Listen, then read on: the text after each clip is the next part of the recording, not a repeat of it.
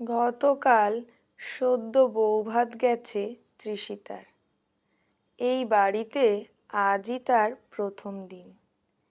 খেতে বসেছে শ্বশুর শাশুড়ি, ননদ, দেওর এবং তার স্বামী দুর্জয়ের সাথে। তার শাশুড়ি তার প্লেটে খাবার বেড়ে দিচ্ছে। সকলের পাতে মাছের পেটিটা দিলেও তৃষিতার পাতে দিয়েছে লেজার আগের মাছটা। কিন্তু তৃষিতা বাপের বাড়িতে অত্যন্ত আহ্লাদে আদরে মানুষ হয়েছে। সে তো মাছের আগের পিসটা কখনো খায়নি।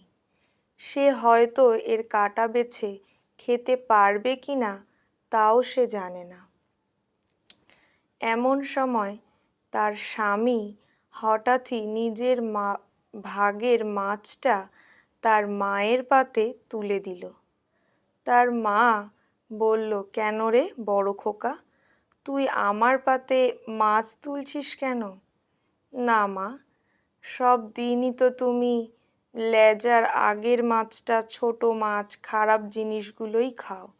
আজ তুমি আমার ভাগের বড় মাছের পেটিটা খাও, তাহলে আমি খুব খুশি হব। তুই এমনই করিস মাঝে মাঝে, আমার খুব খারাপ লাগে। কেন রে? আমি তো খাই, তোরা খা না, তোরা খেলেই আমার হবে। না মা, আমি তো রোজই ভালো মন্দ খাই, তুমি তো খাও না। সবাই খেয়ে যা থাকে তাই তুমি খাও, এটা করো না। মা ছেলে দুজন হাতাহাতি করছে মাছের পিস নিয়ে। মা ছেলের পাতে তুলে দিচ্ছে, ছেলে বারবার মায়ের পাতে তুলে দিচ্ছে। মা বলছে, না আমি কিন্তু খাবো না। না মা, আজ তোমাকে খেতেই হবে।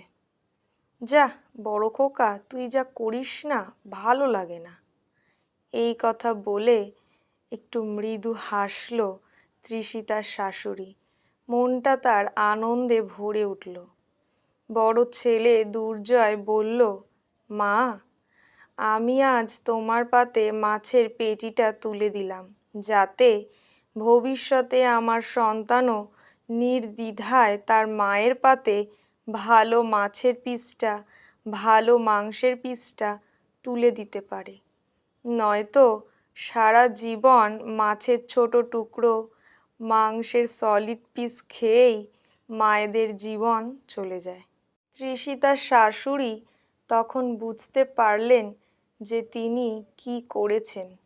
ছেলে কেন এই কাজটা হঠাৎ করলো তা আজ তিনি বুঝতে পারলেন।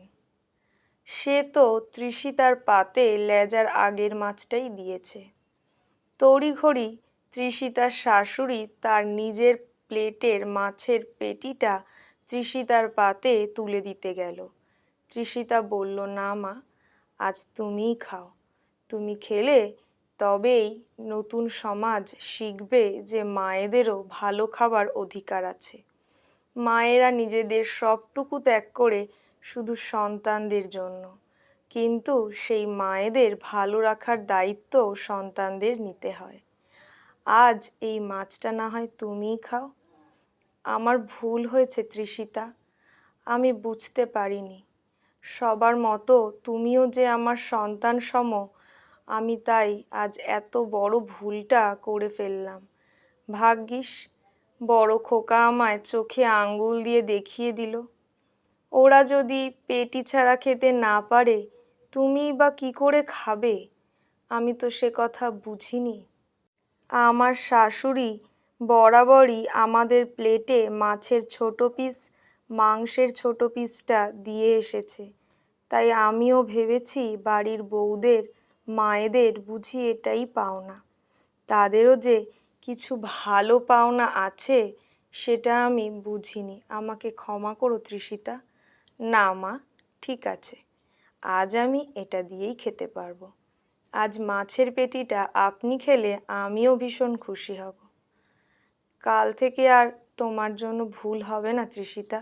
সবার মতো তুমিও মাছের পেটিটা খাবে। আর তোমার যা খেতে ইচ্ছে করে, যেটা তোমার পছন্দ, তুমি নির্দ্বিধায় তোমার মা মনে করে আমাকে সবটা বলো। আমার বুঝতে ভুল হয়েছে মা। আমার শাশুড়ি যদি সেদিন আমার পাতেও মাছের পেটিটা দিত, তাহলে আজ আমি এই কাজ করতে পারতাম না। আসলে আমি যেমন দেখেছি তেমনই শিখেছি। বুঝিনি দীর্ঘদিন আমি এগুলি ভুলই করছি। শাশুড়ি মায়ের দেওয়া যে কাজগুলি আমি করছি তাকে অনুসরণ করে তা আমি ভুল করছি। এই বলার সঙ্গে সঙ্গে তৃষিতা ও দুর্জয় দুজনেই মাকে জড়িয়ে ধরল। মাও তৃষিতা ও দুর্জয়কে আদর করল, বলল, তোরাই তো আমার সন্তান। আমি আর কখনো তৃষিতাকে নিজের বৌমা ভাববো না। ও তো আমার মেয়ে, ও আমার আরেক মেয়ে। কণ্ঠে ডলি সরকার।